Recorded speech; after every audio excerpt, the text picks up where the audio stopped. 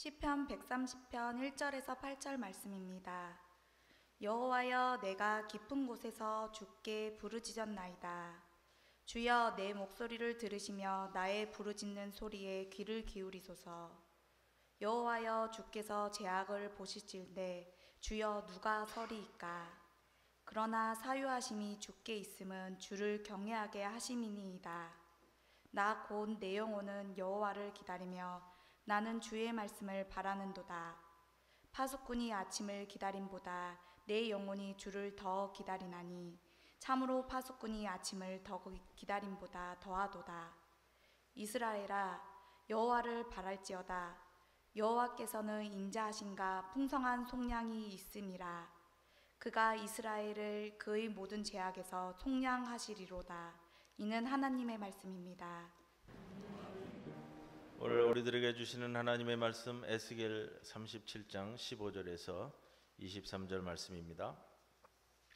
여호와의 말씀이 또 내게 임하여 이르시되 인자야, 너는 막대기 한 해를 가져다가 그 위에 유다와 그 짝 이스라엘 자손이라 쓰고 또 다른 막대기 하나를 가지고 그 위에 에브라임의 막대기 곧 요셉과 그 짝 이스라엘 온 족속이라 쓰고 그 막대기들을 서로 합하여 하나가 되게 하라.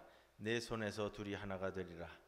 내 민족이 내게 말하여 이르기를 이것이 무슨 뜻인지 우리에게 말하지 아니하겠느냐 하거든 너는 곧 이르기를 주 여호와께서 이같이 말씀하시기를 내가 에브라임의 손에 있는 바 요셉과 그 짝 이스라엘 지파들의 막대기를 가져다가 유다의 막대기에 붙여서 한 막대기가 되게 한즉 내 손에서 하나가 되리라 하셨다 하고 너는 그 글쓴 막대기들을 무리의 눈앞에서 손에 잡고 그들에게 이르기를 주 여호와께서 이같이 말씀하시기를 내가 이스라엘 자손을 잡혀간 여러 나라에서 인도하며 그 사방에서 모아서 그 고국 땅으로 돌아가게 하고 그 땅 이스라엘 모든 산에서 그들이 한 나라를 이루어서 한 임금이 모두 다스리게 하리니 그들이 다시는 두 민족이 되지 아니하며 두 나라로 나누이지 아니할지라. 그들이 그 우상들과 가증한 물건과 그 모든 죄악으로 더 이상 자신들을 더럽히지 아니하리라. 내가 그들을 그 범죄한 모든 초수에서 구원하여 정결하게 한즉 그들은 내 백성이 되고 나는 그들의 하나님이 되리라. 이 말씀 가운데 성령께서 함께 하시기를 기원합니다. 평화통일 교회입니다. 이번 잘 표지를 골라서 제가 사진 한 장을 주보 표지에 올렸습니다. 1910년 경술 국치를 당한 후에 우당 이회영 선생의 6 형제가 식솔들 40명을 거느리고 온 집안이 만주로 망명하게 됩니다. 이회영 선생은 선조 때 영의정을 지낸 백사 이항복 선생의 10대 후손인데 이 집안은 이항복 선생 때부터 해서 고종 때 이조 판서를 지낸 이회영의 아버지 이유승 씨에 이르는 동안 무려 6명의 정승과 2명의 대제학을 배출한 이른바 이 가문이 명문 가문입니다. 그럼에도 나라가 망했는데 가문이 무슨 소용이냐면서 이회영의 6 형제는 당시에 전 재산을 팔아 그 돈을 들고 독립운동 지원을 위해 만주로 망명합니다. 이회영 형제들이 가산을 팔아 마련한 돈은 당시 쌀 한 섬이 3원이었기 때문에 이주할 때 가지고 간 돈 액수가 한 40만 원 이야기하는데요. 이걸 오늘 화폐 가치로 환산하면 대략 1,000억 원 정도가 된다고 합니다. 이 돈이 어디에 쓰였느냐? 만주 최초의 독립군 양성소인 신흥무관학교를 설립하는 데 쓰였고 그곳에서 약 3,500명가량의 독립군을 양성해냈습니다. 이회영 선생은 리슨 감옥에 붙잡혔다가 작고했습니다. 형제들 모두 한 사람 빼고요. 모두 만주에서 독립운동을 하다가 고문으로 죽거나 극심한 가난 속에서 병들어 죽었다고 합니다. 5번째 형제인 이시영 선생만이 해방 후 고국에 돌아와 초대 부통령을 지냈습니다. 이회영 선생이 형제들에게 만주의 집단 망명을 설득하며 했다는 말은 이렇게 전해옵니다. 우리 형제가 당당한 명문 호족으로서 차라리 대의가 있는 곳에서 죽을지언정 외적 치하에서 노예가 되어 생명을 구차히 도모한다면 이는 짐승과 어찌 다르겠느냐. 조선 만국의 캄캄한 어둠 가운데 찬연히 빛나는 소위 노블레스 오블리주의 귀감이 아닐 수 없습니다. 노블레스 오블리주, 오늘 우리 사회의 비극이 바로 여기에 있는 것 같습니다. 책임의 부재라는 것, 사회 지도층의 도덕적 책무라는 의미의 노블리스 오블리주의 부재.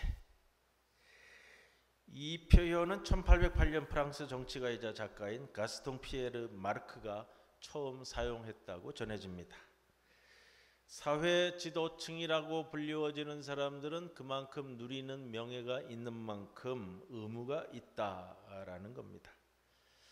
로마인 이야기의 작가 시오노 나나미는 로마인 이야기는 15권의 방대한 저서인데요. 저도 이 15권을 다 읽어봤는데 이 작가 시오노 나나미는 이 기독교에 대해서는 조금 그 비호감적인 표현이 많이 써요. 그 부분은 제가 별로 좋아하지 않지만 이 양반이 로마인 이야기에서 이야기하는 것 중에 로마 제국이 천년의 영화를 누릴 수 있었던 심 가운데 하나가 바로 로마 제국의 이 노블레스 오블리제다라고 이야기합니다. 로마 왕족과 귀족은 전쟁이 터지면 제일 앞선에 나가는 것이 왕과 귀족들이에요. 로마의 황제가 세워진 이유 중에 하나도 전쟁을 수행하기 위해서, 또 이 군인 중에 황제로 지명받아서 돌아온 사람도 있고요. 어떤 황제는 로마의 평생을 살아본 적이 없었는데 외부에서 군인으로만 살다가 황제로 지명돼서 이 로마에 처음 왔는데 로마의 이 건물들 휘황찬란한 것을 보면서 이걸 너무 놀라서 뒤돌아보다가 말에서 떨어졌었다는 얘기도 있어요.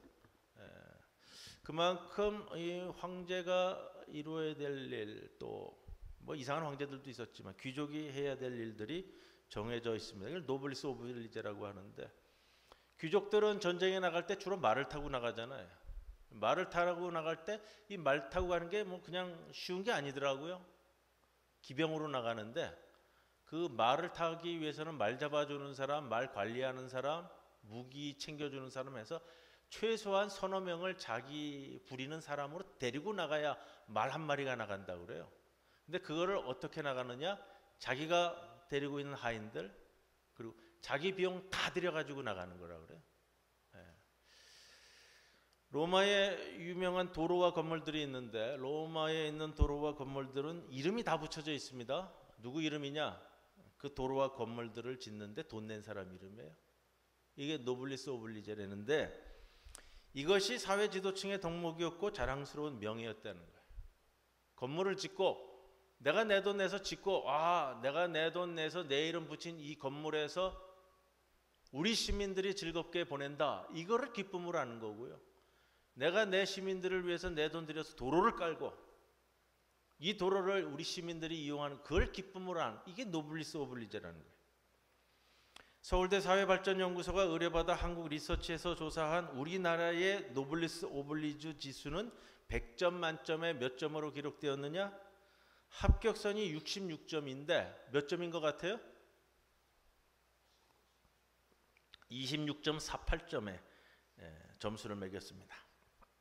보고서는 정치인, 경영인, 검찰 간부, 고소득 전문직 등 사회 지도층을 구성하는 7개 직군을 대상으로 준법 의식, 병역 의무 이행 여부, 기부, 사회적 공헌도, 부패 인식도 등을 조사했습니다. 그 중에서 가장 낮은 점수를 기록한 부분이 검찰 간부와 정치인이라 16점. 제가 말씀드리는 게 아니고요. 서울대 사회발전연구소가 의뢰받아서 조사한 내용. 지금 한국 사회 집권 세력을 포함한 사회 지도층을 보시면 대통령으로부터 시작해서 집권당 대표, 장차관, 권력 잡고 있는 대한민국에 좌지우지하는 사람들, 어쩜 하나같이 병역 기피, 부동산 투기, 위장 전입, 탈세, 표절 의혹, 어떻게 다 똑같은지 신기할 정도입니다. 그래서 우리 사회의 비극은 책임의 부재에 있다. 그럼에도 그들의 입에서 나오는 것은 안보 강화와 공정사회 건설의 구호가 넘칩니다. 이런 사회를 가리켜서 우리가 이렇게 표현할 수 있겠습니다. 우리 사회의 위기는 염치의 실종이다. 참 염치 없는. 이러한 때 우리 그리스도인들로부터 염치를 회복하고 이름에 걸맞은 사회적 책무를 다해야 하는 것. 책임을 져야 할 사람들이 이토록 무책임한 것은 무슨 일일까? 어째서 이런 이해할 수 없는 무책임한 일들이 계속 반복되고 아무도 이야기하지 않을까? 그 중심에 남북 분단이 있다고 합니다. 이 분단의 불안이 만들어낸 무책임이다라는 표현도 쓰는데, 물론 분단을 핑계대서는 안 될 것 같습니다. 그 어떤 것도 책임지지 않는 이 상황, 그것이 바로 일제 식민지 강점을 이룬 당연한 것이 아닐까 생각합니다. 오히려 강대국의 나라를 맡기고 파는 일을 애국이라고 여기고 있는 것. 경설국지 전에 바로 그랬잖아요. 나라를 일본에 의탁하는 것이 애국이라고. 최근 독립기념관장을 비롯해서 소위 뉴라이트 계열 가히 충격적, 그중 뼛속 깊이 느껴지는 친일, 일본 덕으로 우리가 이만큼 잘 살게 되었다는 근대화 사관을 그대로 가지고 있는 사람들이 독립기념관장에 임명되면서 광복회에서도 반발하는데, 광복회장이 공식 석상에서 그런 얘기를 했습니다. 좀 용산에는 친일 밀정이 있는 것 같다고 아주 공개적으로 이렇게 얘기할 정도의 지금 상황. 근데 더 놀라운 것은 이런 거예요. 그들이 이야기하면서 우리 국민들 대부분이 그렇게 생각하고 있다고 너무나 당연히 말하고 있다는. 여러분도 그렇게 생각하고 계세요? 모르겠어요. 오늘 주보 표지를 보십시오. 얼마나 아름다운 사진이에요. AP통신 기자가 찍어가지고 전 세계에 날렸는데, 이 AP통신 기자는, 이 사진 기자는 내심 그런 생각을 가지고 있을 것 같아요. 내가 찍은 이 사진이 올림픽 최고, 이번 올림픽 최고의 사진이 될 것이다. 한 장 뽑아준다면 내 사진을 뽑아주지 않겠는가. 모든 이 외신들은 이 사진을 굉장히 흐뭇해하면서 다 정했어요. 우리나라 언론에서 이 사진이 잘 안 보여요. 참 신기한 일이에요. 우리나라 언론에서 이 사진이 잘 안 보여요. 왜 그럴까? 제가 어제 앉아서 이 보수 언론 쪽을 조금 이렇게 리서치를 했는데, 사진을 쓰긴 썼어요. 한 장, 이 사진이 5장, 6장짜리인가 그러는데 한 장 그냥 올리면서 참 뉘앙스 묘하게 달았어요. 어떤 걸 달았느냐? 이런 식이에요. 이 사진을 북한 지도부에서 좋아할까요? 이렇게 기사를 올렸어요. 또 하나는 지금 그 파리올림픽에 이 국산 핸드폰 셀카 찍은 사진을 올림픽 참가한 전 세계 모든 선수들에게 다 지급을 했어요. 또 그러니까 어떻게 달았냐면, 북한 선수들에게 이 핸드폰을 지급하는 것은 북한 제재법 위반인데 이걸 그렇게 줘도 되느냐? 이런 식의 글들이 올라와 있어요. 그런 생각이 듭니다. 평화를 원치 않는 사람들, 통일을 원치 않는 사람들. 나는 세상을 그렇게까지 보지는 않았는데, 그런 세상에 사는 사람들이 있구나. 제가 어제 실제로 이 보수 언론 리서치하면서 적어온 내용입니다. 결국 이런 생각으로 가득 찬 지도자를 만나면 나라가 약하다고 다른 강대국에 넘기는 것은 당연하다고 이야기하는 거예요. 사실 이스라엘이 그랬습니다. 솔로몬 이후 지파 간의 이해관계로 남쪽 유다와 북쪽 이스라엘이 분단되어 서로 으르렁대고 살다가 서로 열강의 도움을 받아 전쟁을 치렀어요. 자기 힘이 아니라 열강을 끌어들여서 전쟁을 수차례 치른 끝에 북쪽 이스라엘은 아시리아 제국에 의해서 기원전 721년에 멸망했고 남쪽 유다는 기원전 587년 바벨론 제국에 의해서 멸망하고 포로로 잡혀갑니다. 물론 포로로 잡혀간 사람들이 누구냐 하면 주로 왕족과 귀족들이에요. 오늘 우리가 함께 읽은 본문은 이 포로 시절의 이야기인데, 포로로 끌려와서 70년경이 지나갔을 때, 이제 70년이 아니라 70년째는 돌아오고요, 60년가량이 지나갔을 때, 60년이 지나면요, 이게 다 잊어버리는 거예요. 다 잊어버리는 거예요. 우리가 기억해도 그렇잖아요. 우리 이 자리에 앉아 계신 분들은 한국전쟁 1950년 그래도 이게 좀 가까이 있어요. 예, 우리 어르신들은 경험하셨었고요. 또 제 나이 때도 뭐 10년, 20년 전이기 때문에 가까이 있는 느낌이고, 초등학교, 중학교 다닐 때 계속 되뇌 있었던 사건들인데, 요즘 우리 아이들에게는요, 한국 전쟁이라고 하면 무슨 조선 시대 때 이야기하는 것처럼 들린단 말이에요. 이제는 돌아갈 희망도 야훼 하나님을 믿는 신앙 자체도 약해질 대로 약해져 겨우 명맥만 유지하고 있었을 때, 마치 죽은 시체와 같은 모습이었을 때 하나님께서 에스겔 선지자를 부르셨습니다. 나를 따라와 봐라. 어느 골짜기로 끌려갔더니 비틀어 말라빠진 뼈들이 수없이 널려 있습니다. 갑자기 하늘에서 야훼의 말씀이 임하고 바람과 같은 기운이 불어오더니 그 뼈들에 살이 붙고 힘살이 붙고 뼈가 서로 붙고 가죽이 붙더니 결국 커다란 살아 움직이는 무리를 이루는 것이었습니다.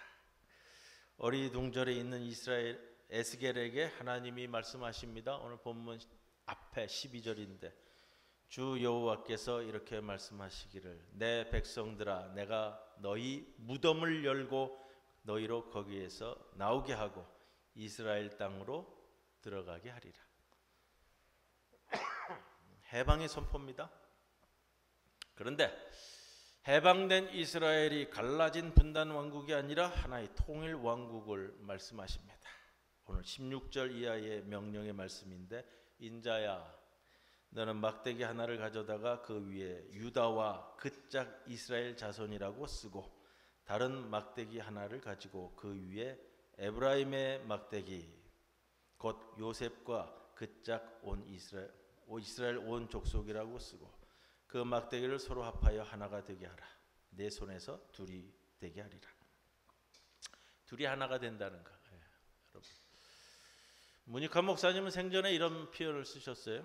하나 되는 것은 커지는 것이다. 이 지상의 마지막으로 분단된 나라. 하나님은 에스겔에게 통일 국가의 좌표를 제시해 줍니다. 23절 말씀인데요, 그들이 다시는 우상과 역겨운 것과 온갖 범죄로 자기들을 더럽히지 않을 것이다. 그들이 범죄한 그 모든 곳에서 내가 그들을 구해내어 깨끗이 씻어주면 그들은 내 백성이 되고 나는 그들의 하나님이 될 것이다. 우상이란, 여러분 그거예요. 우상이란 하나님을 버리고 강대국의 이방 신앙을 따라간 것을 말합니다. 겉으로 보이는 건 그거고요. 결국은 주권을 상실하는 거예요. 주권을 상실하는 거. 내 하나님을 섬기지 않는 것, 내 신앙을 갖지 않는 것, 내 나라를 지키지 못한 것, 내 나라가 약하다고 강대국에 빌붙은 것, 역겨운 것과 온갖 범죄란 지도자들이 오로지 자기네 이익을 위해 백성을 탄압하고 갈취한 것을 말합니다. 이것을 타파하고 하나 되는 막대기, 그 하나님의 말씀을 뜻합니다. 하나님의 말씀은 바로 이스라엘만의 신앙적 주체성입니다. 요즘 보면서요, 정말 이들이 어느 나라 지도자인 줄 모르겠습니다. 때가 되면 나라도 팔아먹지 않을까. 온갖 이익은 자기들이 다 누리면서도 나라를 위해 팔았다고 할 것입니다. 1900년대하고 똑같이. 주체성이 없습니다. 19절에 에스겔은 이렇게 자신을 알리며 시작합니다. 주 여호와께서 이같이 말씀하시기를. 그리고 에스겔은 하나님의 말씀을 전하면서 이 표현을 씁니다. 그 앞에 내가 하겠다. 하나님께서 말씀하시는 거예요. 내가 하겠다. 내 손에서 내가 하시겠다. 20절에서도 내가 하라는 말을 반복합니다. 우리 신앙의 주체성을 말씀하시는 구절입니다. 내가 주인이 되는 주체성이 있어야만이 평화 통일이 있습니다. 오늘 주보 표지를 보시면서요. 북한 선수가 같이 셀카 찍자고 했다고 그러더라고요. 이 주체성이에요. 셀카 찍자. 우리나라 선수가 그래서 또 좋은 면이지만 북한 선수들이 먼저 셀카 찍으니 우리도 같이 찍자. 이들은 이해타산이 없어요. 올림픽에 와서 스포츠로서 같이 찍을 수 있지 누구나. 꼭 그것이 북한 선수가 아니더라도요. 본문 26절 이하에 주체적인 다윗 이스라엘 왕국을 통해 평화는 이루어진다고 말하고 있습니다. 내가 그들과 평화의 언약을 세워서 영원한 언약이 되게 하고 또 그들을 견고하게 번성하게 하며 내 성소를 가운데에 세워서 영원히 이르게 하리라. 바로 나 주님이 내 안에 주님이 주인이 되어 세운 나라가 바로 진정한 이스라엘임을 또 오늘 본문 28절에 말해줍니다. 내 성소가 영원히 그들 한가운데 있을 그때야. 여러분 이 표현이요. 성전이 어디 마당 한가운데 예루살렘 한복판에 세워진다는 그런 의미가 아니고요. 성소가 내 가슴 속에 여러분 내 가슴 속에 세워질 때 하나님이 주인이 되는 주체성, 그게 거룩한 주체성입니다. 우리가 믿는 하나님은 내가 역사를 이루어 가시는 분이신데 그러면서 먼저 주신 말씀이 있습니다. 오늘 말씀 제목이기도 하고 17절 말씀을 놓치지 마시기 바랍니다. 그 막대기 둘을 서로 합하여 하나가 되게 하라. 네 손에서 둘이 하나가 되게 하라. 네 손에서, 여러분의 손에서, 내 손에서. 에스겔에게 주신 명령인데 두 막대기의 환상을 처음 보여주면서 직접 네 손에서 우리가 해야 할 일을 말하고 있습니다. 하나님이 이루어 나아가실 겁니다. 그러나 먼저 돼야 될 것은 우리가 움직임을 보여야 된다는 겁니다. 평화통일, 우리가 해야 할 평화통일입니다. 그 어느 누구도 할 수 없습니다. 외세가 중심이 되어서도 안 될 겁니다. 오늘 제가 말씀드리고 싶은 말씀은 전부 이 기도문에 작성이 됐어요. 우리 WCC를 통해서 조선 그리스도 연맹과 함께 만들어가는 기도문인데 좀 아쉬운 감은 있습니다. 소식이 좀 교제가 잘 안 되는 것도 있지만 우리 지난 1년간의 한반도 상황을 전부 다 농축해 놓은 기도문에 다 녹여져 있다. 최근 몇 년간 우리가 이 기도문으로 평화통일주일 기도 드렸습니다만 금년처럼 정말로 어떻게 보면 솔직하고 어떻게 보면 적나라하고 추상적으로 아름답게 평화통일을 노리는 것이 아니고요.